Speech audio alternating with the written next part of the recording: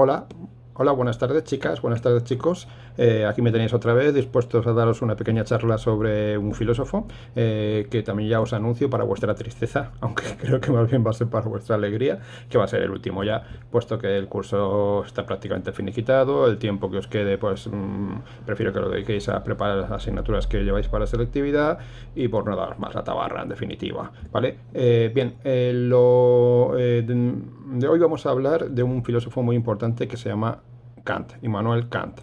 Immanuel Kant nació en una pequeña ciudad que se llamaba Königsberg, que hoy en día pertenece a Rusia, aunque en su día pertenecía a Alemania, y por sus conciudadanos era conocido como el reloj de Königsberg. El reloj de Königsberg, ya veremos por qué lo llaman así, aunque Nietzsche, un filósofo que por desgracia no hemos podido ver, porque yo creo que os habría encantado, Nietzsche, que era un poco cabroncete, lo llamaba el chino de Königsberg, porque decía que lo único que había hecho Nietzsche ahí, Kant en su vida, era trabajar como un chino. Es decir, una persona que no tenía una vida social muy intensa, ni tuvo muchas aventuras, ni muchos viajes, ni nada por el estilo, y lo único que hacía era trabajar y trabajar y trabajar. Bien, no era el concepto de diversión que tenía Nietzsche, pero a lo mejor Kant se lo pasaba de puta madre, vete tú a saber.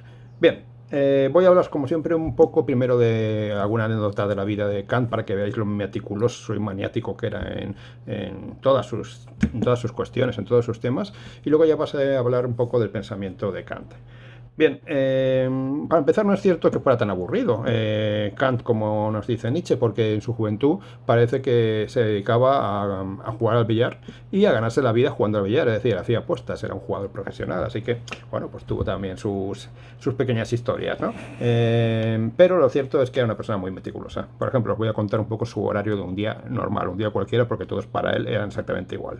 Se levantaba a las 5 de la mañana, tomaba una taza de té, o 2 tazas de té, creo que eran dos, porque decía que tenía que tomarse dos, con una rebanada de pan negro, y mientras hacía toda esta actividad, pues fumaba su pipa y se dedicaba a meditar y a reflexionar o a leer el periódico.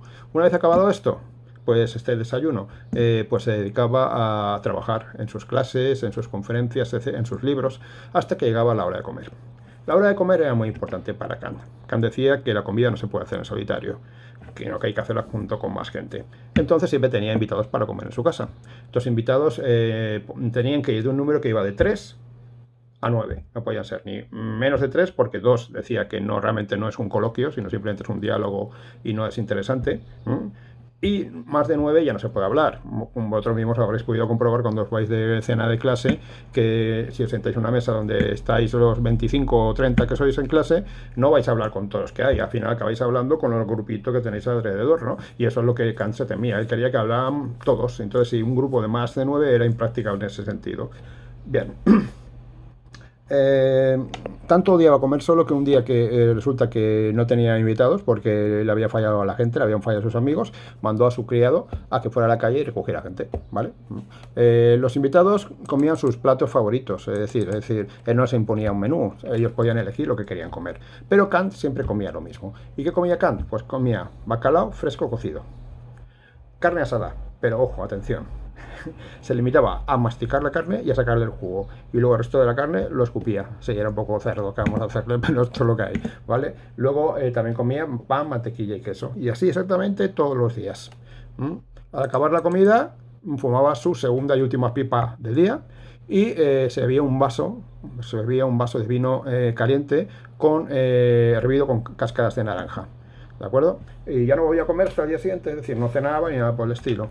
Bien, después de comer, daba un paseo, normalmente con un amigo. Este paseo es el origen de que se le conozca como el reloj de Königsberg, porque siempre lo hacía a las mismas horas y pasaba a la misma hora por los mismos sitios. Y por eso decían sus conciudadanos que utilizaban el paseo de Königsberg para poner en hora sus relojes. Y decían, ostras, está pasando por aquí Kant, pues esto quiere decir que son las 4:20. Y nunca fallaban, porque era exactamente así. Bien. Una vez que sus vecinos vieron que estaba 2 días sin pasar, pues evidentemente, sin pasear por los sitios donde siempre acostumbraba, evidentemente cundió la alarma y fueron a buscarlo. ¿Y qué pasaba? Pues que resulta que Kant había recibido en su casa el último libro de Rousseau, sí, ese Rousseau del que hablamos el último día, y se había puesto a leerlo y se había olvidado de todo porque lo encontraba apasionante. Bien, ¿qué más anécdotas puedo contaros sobre Rousseau? Ahí sobre Kant. Bien, Kant se acostaba todos los días a las 10, esto también era metódico, se acostaba a las 10, se levantaba a las 5 y se envolvía, tenía un sistema que él mismo había desarrollado para envolverse con las sábanas de tal manera que quedara tapado como una momia y que no quedara ninguna parte del cuerpo descubierto, porque él decía que eso no podía ser. También pensaba que dormir demasiado era malo para la salud. Él pensaba que todas las personas tenemos asignadas un número de horas para dormir a lo largo de nuestra vida. Si la gastamos pronto, porque somos muy dormilones, moriremos antes. Por lo tanto, como él no quería morir pronto, claro, evidentemente, pues decidió que a lo mejor era dormir lo menos posible. Bueno, pues una extrañeza más de Kant. Bien. Estuvo a punto de casarse 2 veces, pero nunca se decidió. Decía que casarse era bueno, pero lo cierto es que no se casó. Y además, él mismo decía que la palabra cónyuge, que sabéis que se utiliza como sinónimo de pareja, ¿no? La palabra cónyuge significaba una persona que lleva un yugo. Y una persona que lleva un yugo, que es lo que llevan los bueyes cuando aran, por ejemplo, el campo, una persona que lleva un yugo no puede ser libre y por lo tanto no puede ser feliz. Curiosamente, a pesar de que él nunca se casó y de este, digamos, menosprecio hacia el matrimonio, al considerarlo como un yugo, hoy en día en Königsberg continúa existiendo la tradición entre las parejas que se casan de ir a poner un ramo de flores en la tumba de Kant. Bien. Bien, ahora vamos a pasar ya realmente a lo importante, que es, vamos a hablar un poco del pensamiento de Kant. Digamos que la filosofía de Kant intenta contestar a estas 3 preguntas básicas. En primer lugar, ¿qué puedo conocer? Es decir, cuáles son los principios en los que se basa el conocimiento y cuáles son los límites del conocimiento. En segundo lugar, ¿qué debo hacer? Es decir, cuáles son los principios en los que se basa mi comportamiento moral. Y en tercer lugar, o sea, la acción humana correcta. Y en tercer lugar, ¿qué puedo esperar? Que es un poco la pregunta típica de la filosofía de quiénes somos, dónde venimos, a dónde vamos, ¿no? Sobre todo a dónde vamos en este caso, es indagar sobre el destino último del ser humano. Nosotros vamos a centrarnos en esta explicación en las 2 primeras preguntas, en qué puedo conocer y en qué debo hacer. Bien, estas preguntas, dice Kant, deberán ser contestadas mediante la razón. Pero primero tendremos que saber qué es la razón, claro. Y por eso Kant se va a lanzar a hacer un análisis de la razón. Un análisis de la razón para ver cómo funciona, cómo trabaja, de qué manera trabaja, ¿no? Y un análisis de la razón que tendrá que ser llevado a cabo por la propia razón. Esto es muy importante, ¿vale? Bien. ¿Os acordáis que en clases anteriores hemos hablado que el tema del conocimiento también había sido tratado por 2 escuelas filosóficas muy diferentes, que eran el racionalismo y el empirismo? El racionalismo decía que la fuente del conocimiento era la razón y que incluso nacemos con la posesión de ciertas capacidades o ideas innatas que luego la experiencia nos permite ir desarrollando, y los empiristas decían que todo el conocimiento procedía de la experiencia y que por lo tanto no existen ideas innatas y que solamente podemos tener en la mente lo que primero ha pasado por los sentidos. Bien, Kant va a intentar hacer, como vamos a ver, una pequeña síntesis de esas 2 posturas. Está de acuerdo con ambas y en desacuerdo con ambas, porque piensa que, por una parte, el racionalismo llevaba al dogmatismo. ¿Por qué? Porque nos llevaba a hacer creer que la razón podría realmente solventar todos los problemas y alcanzar todos los conocimientos. Era como cambiar el dogmatismo que existía en la Edad Media basada en la fe por un dogmatismo basado en la razón. Y por otro lado, el empirismo podría conducir al escepticismo, es decir, al hecho de que podemos llegar a dudar de todo. Acordaos que Hume llega a negar la existencia de la sustancia, de la causalidad, de Dios, etcétera, etcétera, etcétera. Bien, por lo tanto, lo primero que vamos a hacer ahora es ver cómo Kant lleva a cabo esa síntesis entre empirismo y racionalismo, y esto es, en definitiva, contestar a la primera pregunta que antes he señalado, es decir, ¿qué puedo conocer? Bien. Kant dice que el ser humano posee 2 fuentes de conocimiento, que son la sensibilidad y el entendimiento. Y con estas 2 fuentes intenta precisamente sintetizar esas 2 posturas, la del empirismo, que sería dar importancia a la sensibilidad, y la del racionalismo, que sería dar importancia al entendimiento. La sensibilidad, dice Kant, es pasiva, es decir, nos limitamos a recibir datos que proceden de la experiencia exterior a nosotros, impresiones sensibles, como por ejemplo los colores o los sonidos. Mientras que el entendimiento es activo, produce espontáneamente una serie de conceptos o categorías que no proceden de la experiencia. Tranquilos con esto último de los conceptos o categorías que no proceden de la experiencia, porque ya os explicaré más adelante en qué consiste exactamente con un ejemplo, y creo y espero que quedará claro. Bien, las impresiones sensibles, los colores, los olores, los sonidos, los sabores, solo pueden ser percibidas, solo pueden ser captadas si aparecen dentro de un marco espacio-temporal, es decir, en un momento dado del tiempo y en un lugar concreto, ¿vale? Por eso dice que Kant que el espacio y el tiempo son condiciones trascendentales o generales o universales necesarias del conocimiento, ¿vale? Y también las llama formas a priori de la sensibilidad. ¿Por qué? Son formas porque no son un contenido, no tienen contenido, no es un contenido como un color, un olor, un sabor.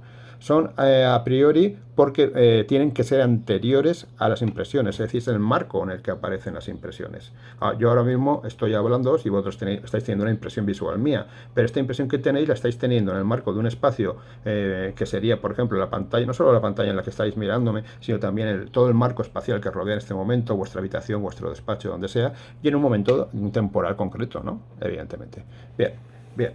Pues bien, Kant dice que los datos sensibles, que es lo que capta nuestra sensibilidad, os recuerdo, que pueden ser colores, olores, sonidos, sabores, etcétera, etcétera, enmarcados en un espacio y un tiempo, es lo que él llama los fenómenos. ¿Vale? Y todo conocimiento tiene que partir de que existan esos fenómenos.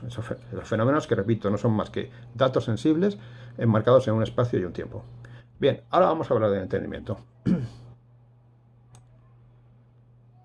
Bien, como he dicho antes, el entendimiento aporta las categorías, que son conceptos puros que proceden del entendimiento y que son anteriores, son a priori de la experiencia sensible. ¿Qué son entonces esas categorías? Son como una especie de esquemas mentales que al aplicarse a los fenómenos permiten que se pueda establecer un conocimiento cierto, objetivo y universal, porque estos esquemas son comunes a todos los seres humanos. Precisamente la existencia de estas categorías permite explicar por qué todos conocemos igual o de un modo muy similar. Voy a poneros un ejemplo, y con ello creo que quedará clara la relación entre fenómenos y categorías y la síntesis que hace Kant entre empirismo y racionalismo. Bien, imaginad que en estos días que hemos pasado tanto tiempo encerrados, pues bueno, se os ha ocurrido haceros cocineros, ¿no? Entonces queréis queréis haceros un pastel de chocolate y compráis todos los ingredientes, el chocolate, los huevos, la harina, azúcar, en fin, todo lo que vosotros queráis utilizar para ese pastel de chocolate. Ahora imaginad que llegáis a la cocina y queréis hacer vuestro pastel de chocolate y tiráis todos los ingredientes en la mesa de la cocina. Bien, evidentemente no vais a tener un pastel de chocolate, vais a tener un empastre de una serie de cosas mezcladas que encima después tenéis que limpiar, a no ser que queráis que os metan un puro.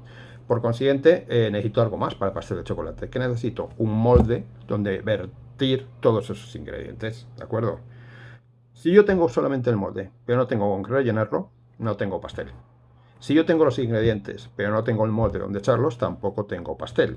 Como podéis entender en este ejemplo que os estoy poniendo, los ingredientes, el pastel, el chocolate, la leche, los huevos, etcétera, etcétera, son los datos de la sensibilidad, son los fenómenos. Y el molde son las categorías, los conceptos puros del entendimiento de los que habla Kant. Para que exista el conocimiento, necesito tanto fenómenos como categorías. Y si falta alguno de los dos elementos, no tengo conocimiento, ¿vale? Por ejemplo, un ejemplo de categoría del que habla Kant es el concepto de sustancia, el concepto de cosa, por decirlo de alguna manera clara para que nos entendamos. Imaginad que yo os enseño esto. ¿eh?